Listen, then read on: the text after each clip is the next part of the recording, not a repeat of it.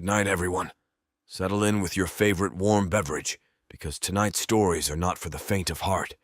These tales are intended for mature listeners and may be unsettling for younger audiences.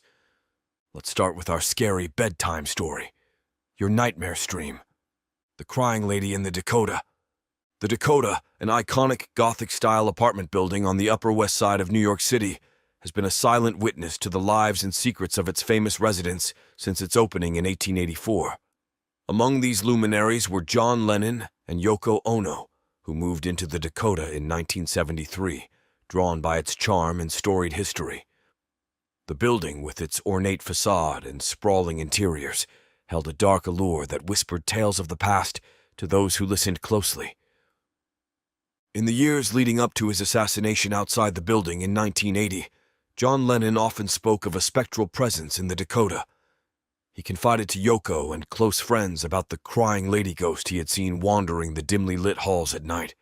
She was a forlorn figure draped in a flowing, tattered dress from another era, her face a mask of sorrow. Her mournful cries echoed through the hallways, filling the air with an indescribable melancholy. John was both fascinated and unsettled by these encounters. He often described the ghostly woman as an ethereal presence, her eyes perpetually wet with tears, her expression one of deep, unending grief.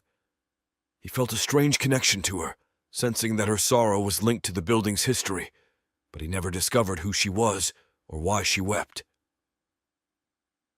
On the fateful night of December 8, 1980, John Lennon was gunned down outside the Dakota.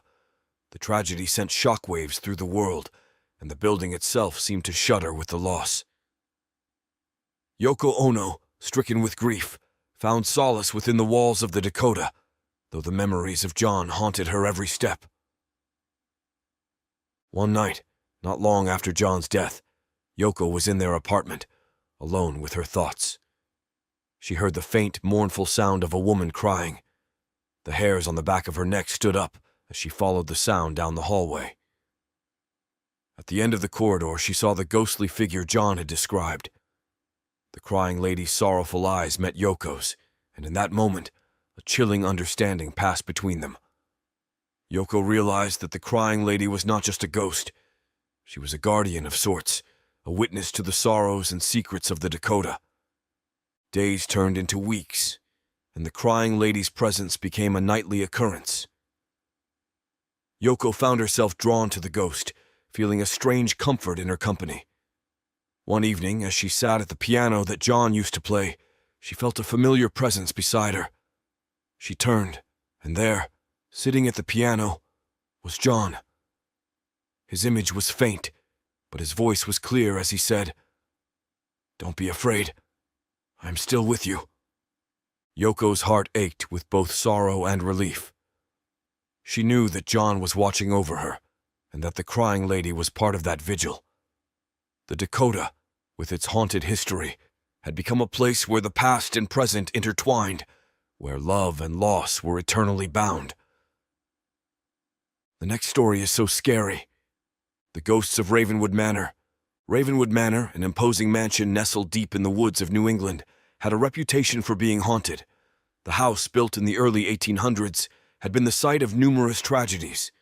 The most famous tale was that of the original owner's daughter, Annabelle, who had died under mysterious circumstances. Her spirit was said to wander the halls, forever mourning her untimely death. One winter, a young couple, James and Emily, decided to spend a weekend at Ravenwood, intrigued by its dark history. They arrived on a cold, snowy evening, the house looming ominously against the gray sky. Inside, the atmosphere was heavy with the weight of the past. The caretaker, an old man with a grave expression, warned them to stay away from the attic. Ignoring the warning, James and Emily explored the house, their footsteps echoing through the empty rooms. That night, as they settled into bed, they heard the faint sound of a woman crying. The sound seemed to come from above them, growing louder and more desperate. Emily clung to James, fear gripping her heart. Driven by curiosity, James decided to investigate. He climbed the narrow staircase to the attic, the crying growing louder with each step. The door creaked open, revealing a dusty, dimly lit space. In the corner, he saw her, a spectral figure in a white dress, her face streaked with tears. "Annabelle." James tried to speak, but his voice caught in his throat. Annabelle's sorrowful eyes locked onto his, and he felt an overwhelming wave of sadness. She reached out a translucent hand, and James felt a chill run through his body. He backed away, stumbling down the stairs, the crying echoing in his ears. That night, neither James nor Emily slept. The crying continued, relentless and haunting.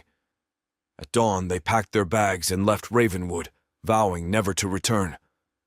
The memory of Annabelle's sorrowful eyes haunted them for years, a reminder of the spirits that lingered in the shadows of Ravenwood Manor. The last story for tonight: The Phantom of Black Hollow. Black Hollow, a small, isolated village in the English countryside, was known for its dark and sinister history. The village had been abandoned for decades, its crumbling buildings overrun by nature. But locals whispered of a ghost that haunted the old church, a phantom known as the Weeping Woman. According to legend, the Weeping Woman was the spirit of Elizabeth, a young bride who had died on her wedding day. Her grief-stricken spirit was said to haunt the church where she was to be married, weeping for the life she never had. One summer, a group of urban explorers decided to visit Black Hollow, eager to document its eerie ruins. Among them was Sarah, a young woman fascinated by the paranormal. They arrived at dusk, the village bathed in an orange glow. The church, with its broken windows and overgrown graveyard, stood at the center, a silent sentinel of the past. As darkness fell, the group set up camp inside the church, their flashlights casting long shadows on the walls. They began their investigation, asking questions into the void, hoping for a response. Hours passed with no activity, and they began to lose hope. Then, in the dead of night, they heard it, a soft, mournful weeping. Sarah's heart raced as she followed the sound, leading her to the altar. There, in the dim light, she saw Elizabeth.